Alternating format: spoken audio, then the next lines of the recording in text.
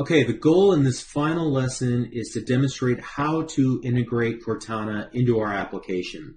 And I created a small example called Cortana example, and it's meant to illustrate in the most simplest way possible how to integrate Cortana into your application. I don't think you'll find a simpler example out there. So watch what it can do. Hey Cortana, in example app, add a red rectangle. All right, adding a rectangle. Hey Cortana, in example app, add a blue circle. Sure, adding a circle. Hey Cortana, in example app, add a rectangle. Sure, adding a rectangle. Okay, so hopefully you'll see that there were three scenarios here. In the first scenario, I gave both the color and the shape. In the second example, I gave a color and a different shape. And then the third example, I gave only the shape and let Cortana decide what the color should be. Except Cortana's not quite that smart. You have to give it a little bit more information than that, and I'll demonstrate that in this video. All right, so let me show you how I created this application. It all starts with something called a voice command dictionary. This allows you to create a series of voice commands that Cortana will respond to for your application. And so in this case, you can see that I've created this XML file.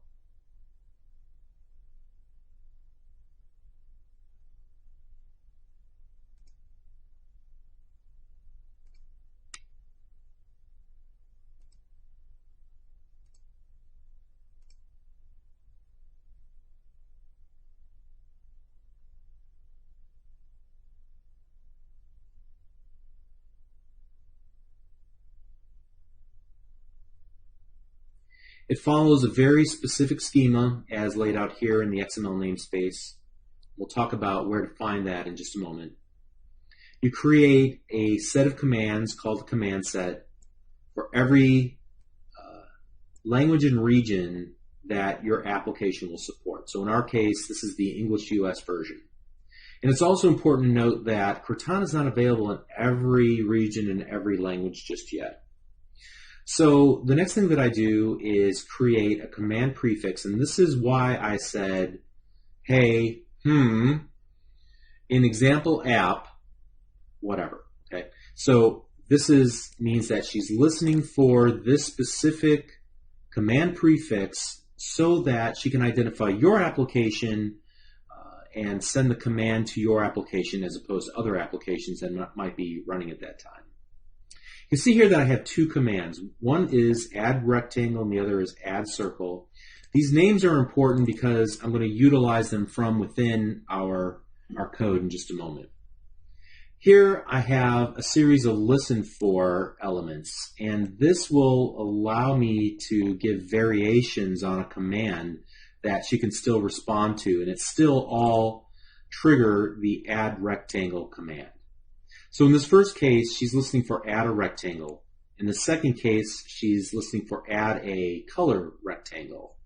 Now, the little brackets around in this case are important because those are optional words. So you could say add rectangle or add a rectangle. Furthermore, if you were to use the color, you would have to say add a color rectangle, because I didn't use the square brackets around the word a. Now, as far as the color is concerned, you can see that it's using curly braces. And if you look below, there's a phrase list that goes along with that label, color. Here we can listen to colors red, blue, yellow, and green. All right? So any of those colors will be recognized by Cortana in this command. Then finally, you can see that there is a feedback command, and this is what she actually says back to the user. She says, okay, adding a rectangle, or okay, adding a circle. Now these are identical except for the fact that I'm using a circle versus a rectangle, and they trigger different commands. Notice that there are other commands that I'm not really using, like this navigate command. That might be useful if I want to navigate to a different page in an application. Not really going to demonstrate that in this. This also is an example, I think more just for reference than anything else, so that you can remember what this is used for. There are also additional elements that can be used inside of a command set. If you want to learn more about command sets, here's what you need to do. Pop open your web browser. Go to dev.windows.com/Cortana. Then scroll down and go to Cortana Interactions under the Get Started area. And then if you take a look at any of the articles that are inside of this Cortana Integration section, you'll find example XML files. So, for example, in this first article, Launch a Foreground App with Voice Commands in Cortana, it talks about the VCD, or rather the Voice Command Dictionary, and it gives you some example XML. In fact, I just copied this XML and pasted it into my own file that I called Cortana Example Commands.xml. So you want to reference that page, again, dev.windows.com/Cortana, and then navigate to Cortana Integrations and look at any of the articles there. It'll also give you additional commands that you can use for different scenarios. Okay, so after Cortana recognizes the command prefix and the command itself by using one of these listen for items to identify a specific command, then what we want to do is actually receive input for the application. Now, what I had to do was override a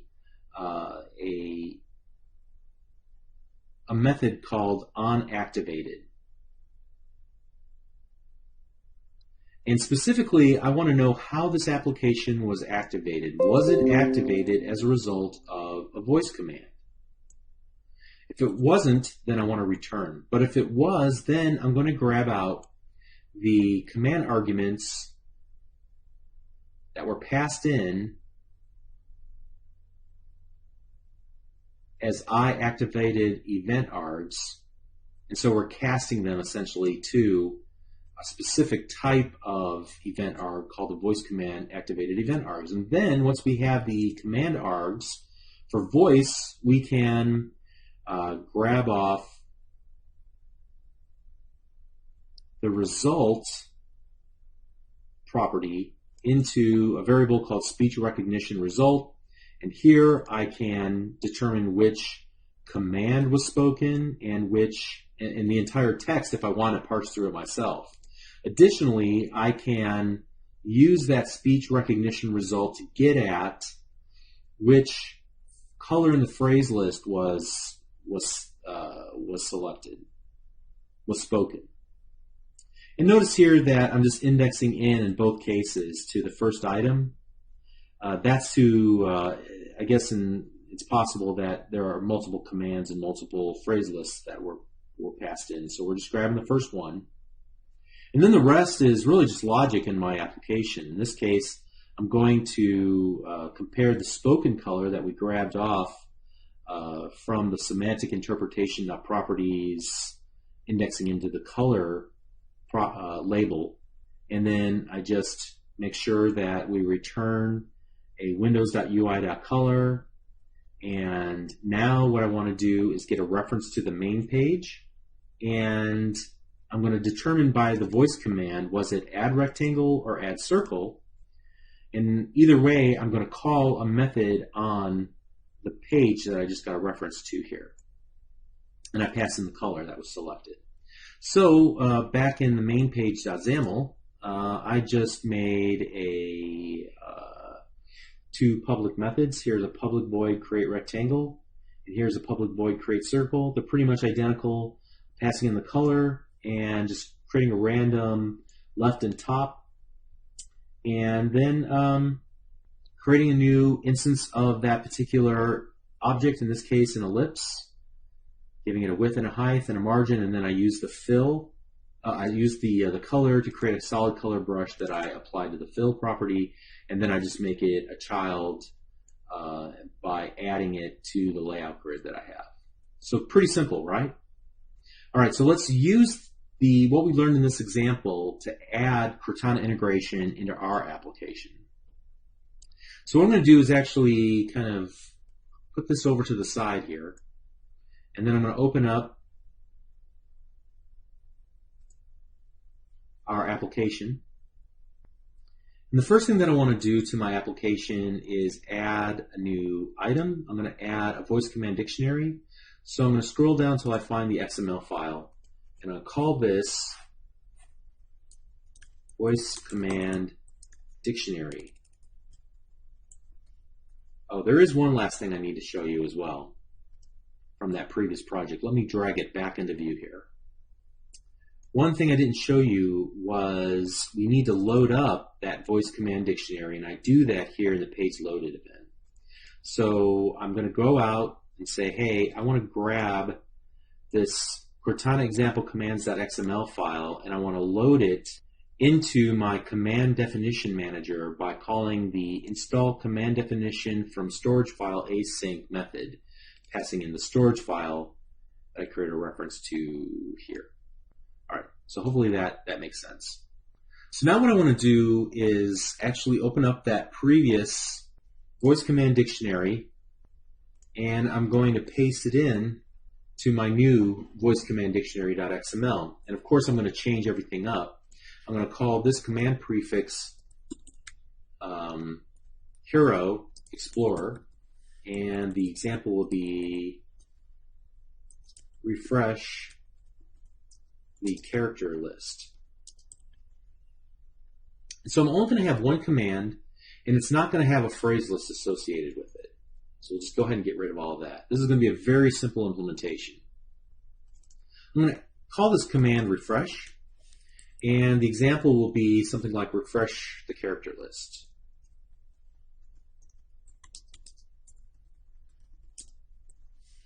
And we'll give a couple of variations on this. So refresh the character list, or even just refresh the characters.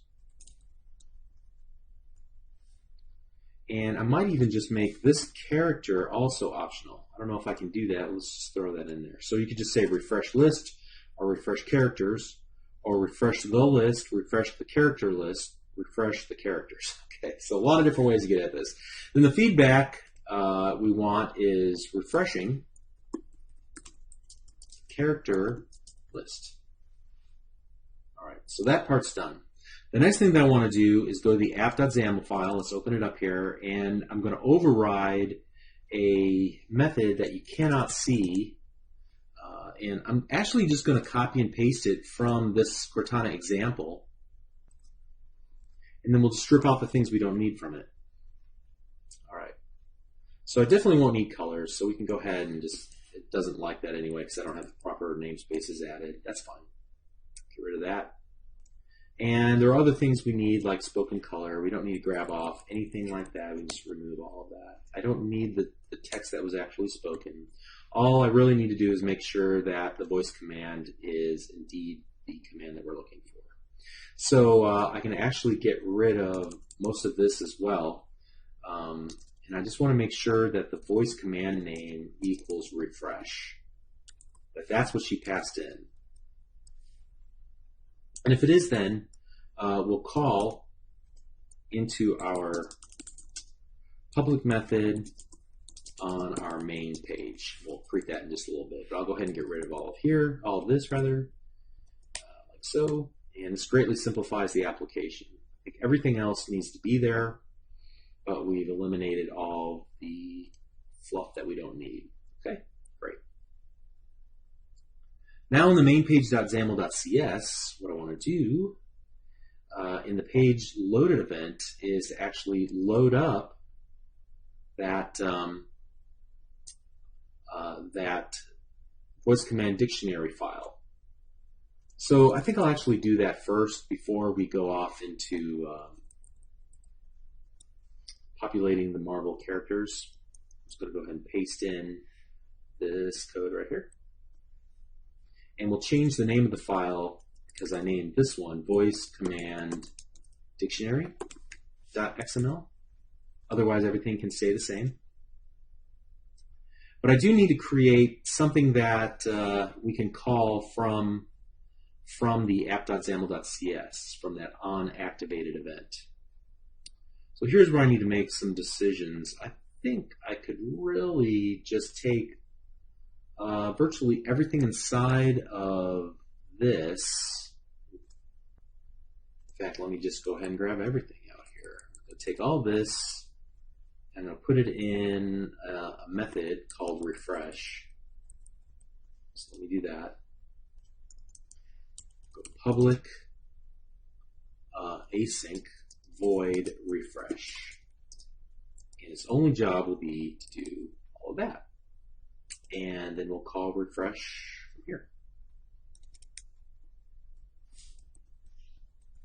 And this also sets us up to create some user interface element that you can click on to refresh, but we're not going to do that in this video or in this series of videos for that matter. Okay, so that looks good. Let's make sure it all compiles here.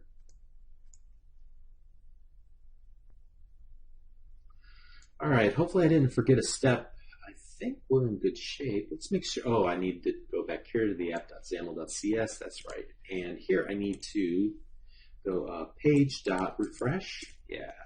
I can just get rid of that and that as well. All right. In fact, well, for that matter, I can get rid of that and that too. Okay, great. So let me go ahead and give it a whirl and see what happens here. Let me go back to our local machine. Run the application. Okay, so it looks like we start with new warriors and go on from there. So here we go. Hey Cortana. In Hero Explorer, refresh the characters. Refreshing the character list. All right, so that didn't work. Let's put a breakpoint here and see if we ever get to this onActivated event. We'll put it right there, and let's run it again. Oh, I see what the problem is. We were already at 10 characters. All right, so a little bug in the logic. That's not a problem.